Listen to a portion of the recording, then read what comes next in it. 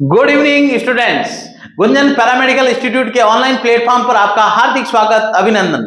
अपना टॉपिक चल रहा है कार्डियोवास्कुलर सिस्टम, और कार्डियोवास्कुलर सिस्टम के अंदर मैंने आपको blood component and blood disease आपने कंप्लीट की थी। ब्लड डिजीज कंप्लीट नहीं की, ब्लड डिजीज अपन कंप्लीट करेंगे। और उसके पश्चात अपन ने आरएच फैक्टर पढ़ा है। आरएच फैक्टर के अंदर मैंने बोला भाई आरएच, जिन व्यक्तियों के अंदर आरएच फैक्टर प्रेजेंट होता है उनको आरएच पॉजिटिव कहते हैं, जिनके अंदर नहीं होता उनको आरएच नेगेटिव कहते हैं। 93% जो पर्सन है इंडिया के अंदर आरएच पॉजिटिव है और 7% आरएच नेगेटिव प्रेजेंट होता है। इसके पश्चात मैंने आपको एक डिजीज बताई जिसका नाम है इरिथ्रोब्लास्टेसिस फिटेलिस। ये इरिथ्रोब्लास्टेसिस फिटेलिस जो डिजीज है, माता RH negative father RH positive होता है तब ये डिजीज होती है। पहली संतान में कोई इफेक्ट नहीं, क्योंकि इसमें एंटीजन बहुत कम मात्रा में बनता है। जैसे ही उन्होंने दूसरी संतान पैदा करने की कोशिश की तो उसके अंदर क्या होगा, ये डिजीज हो जाती है जिसको बोलते हैं इरिथ्रोब्लास्टेसिस फिटेलिस। वो बच्चा खत्म हो जाता है। उसको रोकने के लिए इसका इलाज है आपका एंटी आरएच एंटीबॉडी इंजेक्शन दिया जाता है मां को 72 घंटे पहले, 72 आवर पहले आपका ये इंजेक्शन दे दे तो कोई तकलीफ नहीं होगी। आज का जो टॉपिक रहेगा आपका ब्लड क्लोटिंग या ब्लड क्लोट या इसको बोलते हैं रक्त स्कंदन। इस टॉपिक के अंदर मैं आपको यह समझाना चाहता हूं कि ब्लड क्लोटिंग एक ऐसा टॉपिक है। और हाँ, एक और भूल गया मैं आपको बताना, कल एक आपका मैसेज आया था कि सर आरएच कारक के अंदर अगर आरएच पॉजिटिव पिता है, आरएच पॉजिटिव मदर है, तब कोई इफेक्ट होगा। तब आपको खुद को मालूम है कि दोनों के अंदर एंटीजन प्रेजेंट है, तब एंटीजन एंटीबॉडी रिएक्शन होगी नहीं। मतलब दोनों के अंदर पॉजिटिव है तब कोई इफेक्ट नहीं होगा। अगर फादर आरएच नेगेटिव है और मदर आरएच पॉजिटिव है तब भी कोई इफेक्ट नहीं होगा, क्योंकि फादर के अंदर आपका आरएच कारक एब्सेंट है, तो कोई प्रॉब्लम नहीं होती है। ये ध्यान रखना।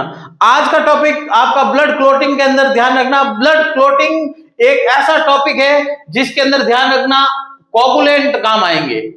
कोगुलेंट एक होते हैं दो प्रकार, कोगुलेशन और एंटी कोगुलेशन। एंटी कोगुलेंट उनको कहते हैं जो रक्त के थक्के को जमने से रोकते हैं,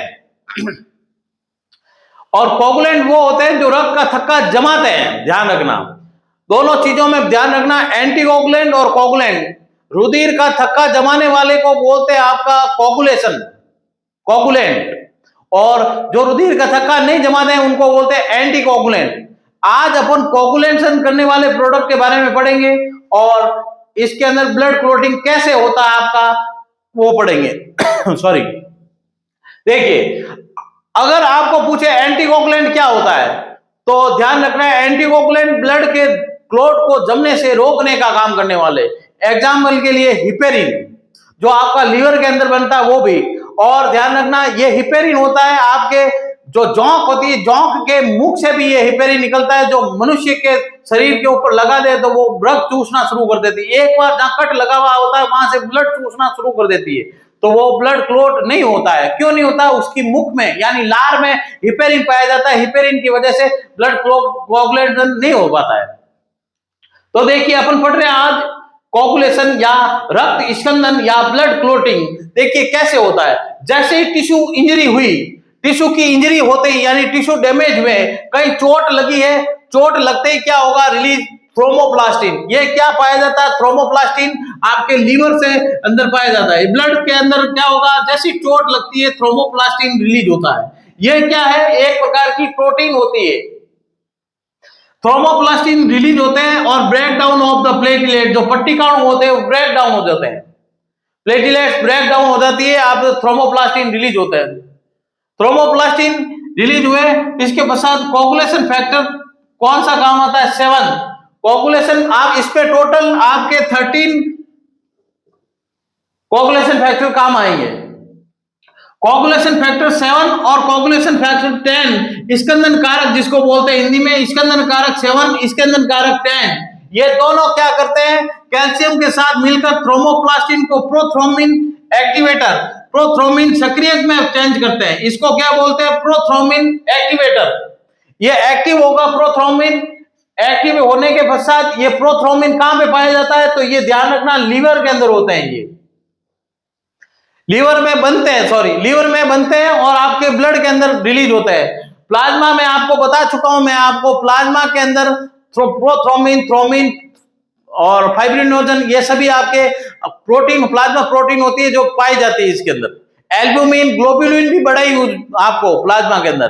तो ये सभी प्रोटीन क्या करती है, ब्लड क्लोटिंग करने का काम करती है। प्रोथ्रोम्बिन एक्टिवेटर, प्लाज्मा पड़ा है तब मैंने आपको बोला था इसमें प्लाज्मा प्रोटीन होती है जो प्रोथ्रोम्बिन, थ्रोम्बिन, फाइब्रिनोजन, ये क्या है, प्लाज्मा प्रोटीन है जो क्या करता है, ब्लड क्लोट करने में काम आती है, रक्त का थक्का जमाने में काम आता है।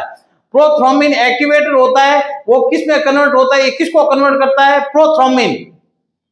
ये एक्टिवेटर है, इसका मतलब एक्टिव करेगा, किसको एक्टिव करेगा, प्रोथ्रोम्बिन को।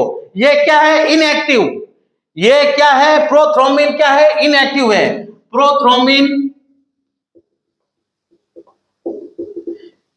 ये इनएक्टिव है। इस इनएक्टिव प्रोथ्रोम्बिन को कन्वर्ट करता है एक्टिव थ्रोम्बिन में, एक्टिव प्रोथ्रोम्बिन, एक्टिव थ्रोम्बिन में।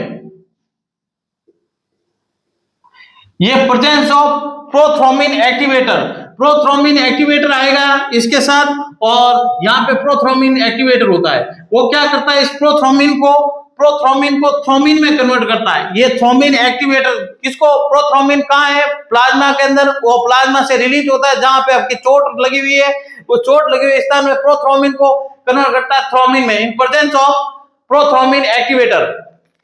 ये देखिए भैया, ये यहाँ पे सही नहीं लिखा माने तो ये देख ले, इधर प्रोथ्रोम्बिन एक्टिवेटर है। इस प्रोथ्रोम्बिन एक्टिवेटर क्या करेगा, प्रोथ्रोम्बिन को थ्रोम्बिन में कन्वर्ट करेगा। ये इनएक्टिव है, ये प्रोथ्रोम्बिन है इनएक्टिव, सक्रिय नहीं है। इसको सक्रिय करने के लिए काम आता है प्रोथ्रोम्बिन एक्टिवेटर। ये क्या करेगा, प्रोथ्रोम्बिन को थ्रोम्बिन में कन्वर्ट करेगा in presence of prothrombin activator. और ये क्या बना लेगा आपका, ये थ्रोम्बिन एक्टिवेटर क्या होगा, ये एक्टिव होता है।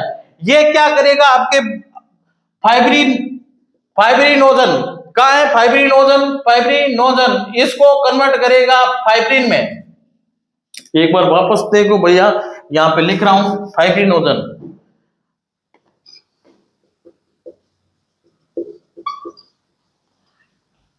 फाइब्रिनोजन। ये शो नहीं हो रहा है यहां से, यहां दिखा रहे हैं आपको। ये यहां तक तो आपने समझ लिया होगा। देखो ये यहां से बता रहा हूं, प्रोथ्रोम्बिन को थ्रोम्बिन में कन्वर्ट किया। ये थ्रोम्बिन क्या है, एक्टिव रूप है। ये एक्टिव रूप किसको चेंज करेगा, फाइब्रिनोजन को फाइब्रिन में कन्वर्ट करेगा। ध्यान रखना, आप यहां से बता रहा हूं, थ्रोम्बिन है, ये थ्रोम्बिन क्या है, एक्टिव रूप है। कहां से प्राप्त हुआ, प्रोथ्रोम्बिन को थ्रोम्बिन में कौन कन्वर्ट किया, प्रोथ्रोम्बिन एक्टिवेटर। ये थ्रोम्बिन क्या करेगा, फाइब्रिनोजन को फाइब्रिन में कन्वर्ट करेगा। तो आपका थ्रोम्बिन यहां से बता रहा हूं, देखो थ्रोम्बिन, ये थ्रोम्बिन क्या है, एक्टिव रूप है, किसका, प्रोथ्रोम्बिन का। अब ये थ्रोम्बिन क्या करेगा, प्रेजेंस ऑफ फाइब्रिनोजन को कन्वर्ट करेगा फाइब्रिन में इन प्रेजेंस ऑफ थ्रोम्बिन। ये इसको कन्वर्ट किया, ये यहां पे शो नहीं हो रहा था इसलिए मैं इसको, ये तो है आपका फाइब्रिनोजन क्या होगा, सॉल्युबल, ये है इनसॉल्युबल। इसका मतलब ये तो है घुलनशील, फाइब्रिनोजन तो है घुलनशील और आपका फाइब्रिन है इनसॉल्युबल यानी अघुलनशील, ये घुलेगा नहीं। और ये एंडिंग प्रोडक्ट होता है जो क्या बनाता है, क्लोट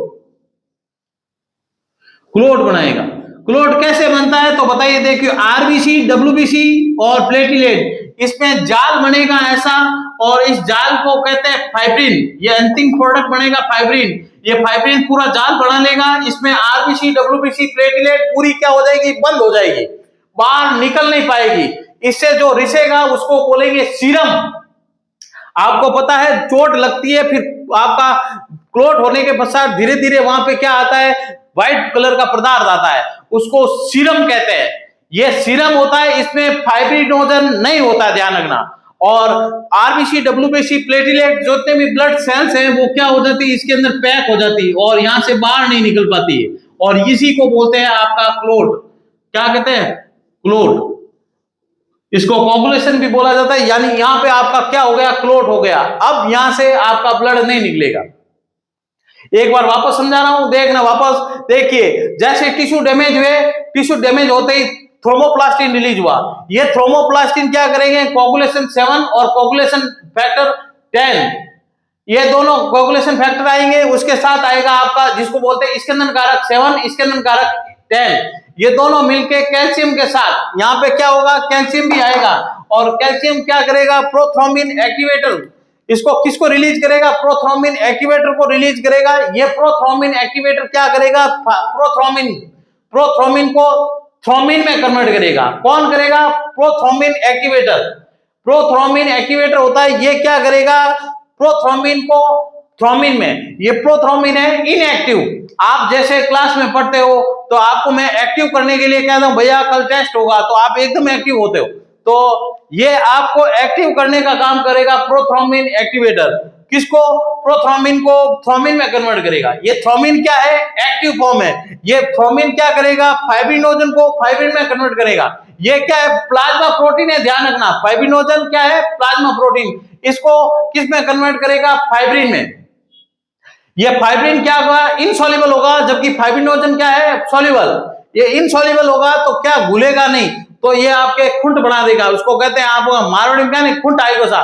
तो ये खुंट आपका आता है, आप किसके कारण, ब्लड क्लोटिंग होगी, और आपका यहाँ पे आरबीसी डब्ल्यूबीसी प्लेटलेट सब क्या हो जाएगी, बंद, और ये जाल के रूप धारण कर लेता है। इसमें आरबीसी डब्ल्यूबीसी प्लेटलेट पूरे बंद हो जाते हैं, यानी ब्लड सेल्स पूरी बंद हो जाएगी, ब्लड रिसना बंद हो जाता है, और यहां से सिर्फ निकलता है सीरम, व्हाइट कलर का पदार्थ निकलता है जिसको सीरम कहते हैं। एक ब्लड क्लोटिंग का टाइम अगर नॉर्मल पूछे 6 से 7 मिनट, अगर नॉर्मल पर्सन में कितने मिनट में हो जाना चाहिए, तो 3 मिनट के अंदर ब्लड क्लोट हो जाना चाहिए, और 6 से 7 मिनट लगते हैं अगर पूरा ब्लड क्लोट होता है, तब 3 मिनट के अंदर ब्लड क्लोटिंग शुरू होती है, ध्यान रखना, शुरू हो जाता है, बंद हो जाता है ब्लड क्लोट।